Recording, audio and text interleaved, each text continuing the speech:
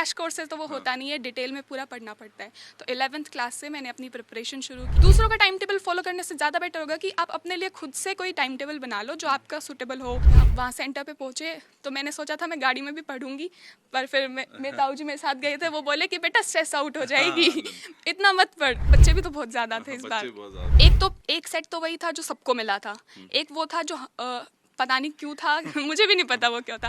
काफ़ी देर बाद हमें पता चला कि ये वाला पेपर करना है। हाँ, टाइम का लॉस भी हो गया था काफ़ी। सर थोड़ी सी मैं एकदम रिजल्ट खोला तो थोड़ी सरप्राइज़ हुई। उसके बाद फिर मुझे बहुत खुशी हुई, घर में भी सबको बहुत खुशी हुई, सब प्राउड हुए। मेरे टीचर्स, स्कूल में सब मेरे फ्रेंड्स सब बहुत खुश थे, सब मुझे बधाइयाँ दे रहे थे, सब बहुत प्राउड फील कर रहे थे, खुशी का माहौल था पूरा। अगर मैं इस जर्नी के बारे में पूछूं तो कितने साल, क्योंकि बहुत सारे लोग सोचते हैं शायद क्रैश कोर्स में भी यार नीट निकाल लेंगे, लेकिन आप उनको अगर बताओ कि आपकी क्या जर्नी रही थी, कितने साल से तैयारी कर रहे थे? सर मैंने स्कूल के साथ ही संस्कारम स्कूल में मैं पढ़ी हूँ, 11th क्लास से ही अपनी प्रिपरेशन शुरू कर दी थी, क्योंकि सिर्फ क्रैश कोर्स है तो वो होता नहीं है, डिटेल में पूरा पढ़ना पड़ता है। तो 11th क्लास से मैंने अपनी प्रिपरेशन शुरू की, जितना ज़्यादा डिटेल में हो सकता था उतनी पढ़ाई की, जितनी ज़रूरी थी डिटेल में। ज़्यादा डिटेल में भी जाने की ज़रूरत नहीं थी। टीचर्स ने भी बहुत सपोर्ट किया, बहुत ज़्यादा गाइड किया, अच्छे से कॉन्सेप्ट्स क्लियर किए, जितने ज़्यादा हो सकता था उतना मैंने क्वेश्चन प्रैक्टिस किया। और उसके बाद हर अल्टरनेट वीक में हमारे मॉक टेस्ट होते थे स्कूल में ही, तो मैंने कोई भी मॉक टेस्ट मिस नहीं किया, सारे मॉक टेस्ट किए, वो एनालाइज किए, अपनी एरर्स को ठीक किया, जो वीक पोर्शन था उसको थोड़ा सा एक्स्ट्रा टाइम दे के अपने बैकलॉग्स वगैरह कवर करके और तैयारी की थी मैंने। टीचर्स ने बहुत ज़्यादा गाइड किया, कैसे स्ट्रेटेजी बनानी है, कैसे पढ़ाई करनी है, कैसे प्रिपरेशन करनी है, लास्ट टाइम में क्या करना है, जब बोर्ड्स सर पे थे तब क्या करना था। ये सब बोर्ड के साथ बैलेंस करने के लिए, बोर्ड्स के साथ कैसे बैलेंस तो किया। कितने घंटे पढ़ना चाहिए, सवाल हमेशा हर कोई पूछता है। हालांकि हर बच्चे का अलग अलग होता है, कोई 4 घंटे कोई 8 घंटे पढ़ के अलग अलग फील करता है, अलग अलग होता है, लेकिन आपका क्या था कि नहीं मुझे दिन में अगर मैं 8 घंटे पढ़ूं 10 घंटे पढ़ूं तो ही होगा, या फिर था कि नहीं आज 4 भी पढ़ लूं इस टॉपिक को तो भी चलेगा? क्या था मतलब घंटों को आप दिन के हिसाब से कैसे बांटते थे? सर ऑन एन एवरेज 10-12 घंटे तो मैं पढ़ती ही थी, इतना तो हो ही जाता था। कभी ज़्यादा ज़रूरत लगती थी कि कोई वीक कॉन्सेप्ट है मेरा, उसके लिए थोड़ा सा ज़्यादा टाइम दे दिया। कभी लगता था ये तो हल्का पोर्शन है, ये मुझे पूरा आता है, तो थोड़ा कम टाइम दे दिया, उसकी जगह जो मेरा वीक पोर्शन था उसको टाइम दे देती थी मैं ऐसे। तो ऐसे मैंने टाइम मैनेज किया था। हाँ, ये बात भी आपने सही की कि सबको अलग अलग चाहिए होता है, कोई 8 घंटे में भी पढ़ लेता है, कोई 16 घंटे पढ़ता है तब भी नहीं हो पाता है। तो ये तो अपने हिसाब से देखनी चाहिए कि कितना टाइम आपको चाहिए है, कैसे अपने हिसाब से टाइम मैनेज करना चाहिए। दूसरों का टाइम टेबल फॉलो करने से ज़्यादा बेटर होगा कि आप अपने लिए खुद से कोई टाइम टेबल बना लो जो आपका सूटेबल हो। जैसे किसी की फिजिक्स अच्छी होती है, किसी की नहीं होती है, तो जिसकी फिजिक्स अच्छी होती है वो फिजिक्स में कम टाइम दे देता है, जिसकी फिजिक्स ठीक ठाक होती है वो ठीक ठाक टाइम दे देता है। मैं ठीक ठाक वाले में आती हूँ, मेरी फिजिक्स ठीक ठाक थी तो मैं उसको थोड़ा टाइम ज़्यादा दे देती थी। बायो में सबको आती है बायो, तो बायो में थोड़ा कम टाइम दे देते थे, वहाँ से फिजिक्स के लिए टाइम बचा जाता था, ऐसे पढ़ाई करी थी। तो एडमिट कार्ड मतलब जब अगर मैं जब बात करूँ 1 महीना पहले आता है करता है सेंटर वेंटर मिल के, उसके बाद वाले वो आखिरी के 30 दिनों को कैसे क्या करना होता था, क्या किया कुछ नया ऐसा कि अब तो सिर्फ इतने ही दिन बाकी हैं, एडमिट कार्ड भी आ गया है, तब क्या कुछ थोड़ा सा प्रेशर बढ़ता है, क्या होता है? थोड़ा सा होता है, लेकिन फिर मैं स्कूल गई, अपने टीचर से गाइडेंस लिया, उन्होंने कहा कि बिल्कुल काम रहना है, कोई प्रेशर लेने की ज़रूरत नहीं है, बिल्कुल आराम से अपना सिलेबस रिवाइज़ करो, जितनी बार हो सके उतनी बार रिवाइज़ करो। तो मैंने लास्ट के मंथ में 2-3 बार सिलेबस रिवाइज़ किया, भाई ये जो ज़्यादा वीक पोर्शन था उसको और भी ज़्यादा रिवाइज़ कर लिया। तो वहाँ पे वो जो 1 महीना था वो बहुत इंपॉर्टेंट था बोर्ड्स के बाद, क्योंकि फिर बोर्ड्स के बाद 12th पोर्शन तो हमने अभी अभी बोर्ड्स के लिए किया था, तो मैंने 11th पे ज़्यादा फोकस किया, क्योंकि 11th को किए हुए 1 साल हो गया था। तो 11th पे ज़्यादा फोकस दिया मैंने। ऐसा ही मुझे टीचर्स ने कहा कि बेटा 11th कर लो, 12th तो तुमने अभी अभी करी है, अब तुम कर लोगे 12th। तो फिर मैंने 11th पे फोकस किया, उसको रिवाइज़ किया, बार बार रिवाइज़ किया, और फिर मैंने लास्ट के 1 महीने में भी मॉक टेस्ट नहीं छोड़े। बहुत से बच्चों ने लास्ट के महीने में मॉक टेस्ट देने ही छोड़ दिया कि हमारा तो सिलेबस ही नहीं हो रहा। सिलेबस हो या ना हो, मैं ये कहना चाहूँगी कि मॉक टेस्ट ज़रूर देने चाहिए, फिर वहाँ से एनालिसिस करना बहुत ज़रूरी है, क्योंकि मॉक टेस्ट दे के एनालिसिस नहीं किया तो भी कोई फ़ायदा ही नहीं है उसका। तो मैंने मॉक टेस्ट दिए थे, उसके लिए अलग से फिर उसकी नोटबुक बनाई थी, उसमें मेरी जो भी कमियाँ थी, जो भी मेरे क्वेश्चंस गलत होते थे या जो मुझे नहीं आते थे, उनको मैं लिख लेती थी।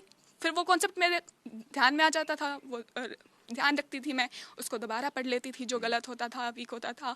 ऐसे मैंने अपना पूरा सिलेबस कवर किया 1 महीने में।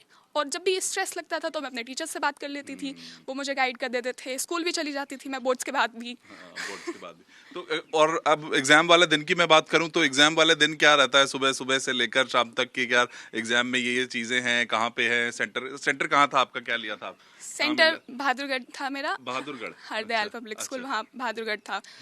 तो जिस दिन पेपर था इवनिंग को हमारे जो एचओडी थी उनका फ़ोन आया था, मेरे टीचर्स का भी फ़ोन आया था। उन्होंने कहा खा पी के अच्छे से सो जाओ, ज़्यादा रात तक पढ़ाई मत करना, वरना नींद पूरी नहीं होगी, नींद पूरी नहीं होगी तो स्ट्रेस हो जाएगा। तो मैंने अच्छे से खा पी के मैं सो गई, 8 घंटे की मैंने नींद ली पूरी। उसके बाद मैं सुबह जल्दी उठती हूँ क्योंकि मुझे सुबह ज़्यादा अच्छे से याद होता है, तो मैं रात को थोड़ा कम पढ़ती हूँ। तो सुबह जल्दी उठी, एक बार जो बिल्कुल मोटा मोटा रिवीजन किया, बायो की सारे साइंटिस्ट वगैरह देख लिए, रिसर्च वगैरह सब कुछ देख लिया। उसके बाद मैंने कोई पढ़ाई नहीं की। हालांकि मेरे मैडम ने तो ये बोला था कि तू उस दिन बुक ही मत खोलियो, पर मुझे ये था कि अगर मैं किताब नहीं खोलूँगी तो मैं स्ट्रेस हो जाएगा मेरे को, मैं बैठी बैठी पागल हो जाऊँगी। फिर मैंने क्या किया, बिल्कुल सुबह जितना हो सकता था उतना रिवाइज किया, 2-3 घंटे जितना भी हो सकता था मोटे मोटे फिजिक्स के फॉर्मूले देख लिए, केमिस्ट्री के फॉर्मूले देख लिए, बायो में जो चीज़ें ज़रूरी थी, कोई डेटा वगैरह था वो देख लिया। उसके बाद मैंने कुछ नहीं किया, तैयार होकर बैठ गई और थोड़ी देर मैंने रेस्ट कर लिया कि कहीं मुझे वहाँ पे नींद ना आ जाए। वहाँ पे रेस्ट करके और यहाँ से फिर हम चले गए। वहाँ सेंटर पे पहुँचे तो मैंने सोचा था मैं गाड़ी में भी पढ़ूंगी, पर फिर मेरे ताऊ जी मेरे साथ गए थे, वो बोले कि बेटा स्ट्रेस आउट हो जाएगी, इतना मत पढ़। तो मैंने वहाँ पे फिर मैं आराम से गई बातें करते हुए। और सेंटर में जाने से पहले एक बार थोड़ा सा फिर से जो मुझे लगा कि ये चीज़ें इंपॉर्टेंट है, ये दिमाग में रहनी चाहिए, वो मैंने पढ़ ली और फिर मैं अपना पेपर देने चली गई। और जैसे सेंटर बच्चा खुद चूज करता है? नहीं, सेंटर में सिटी की चॉइस होती है बस। मतलब यहाँ पे हरदयाल था और सेंचुरी स्कूल था शायद। हाँ, दो 2-3 और थे। 2-3 और थे। हाँ जी। मतलब झज्जर में भी, मतलब कि बहादुरगढ़ में ही इतने सारे सेंटर? हाँ जी सर, बच्चे भी तो बहुत ज्यादा थे इस बार। बच्चे बहुत ज्यादा थे इस बार। अच्छा, ओके।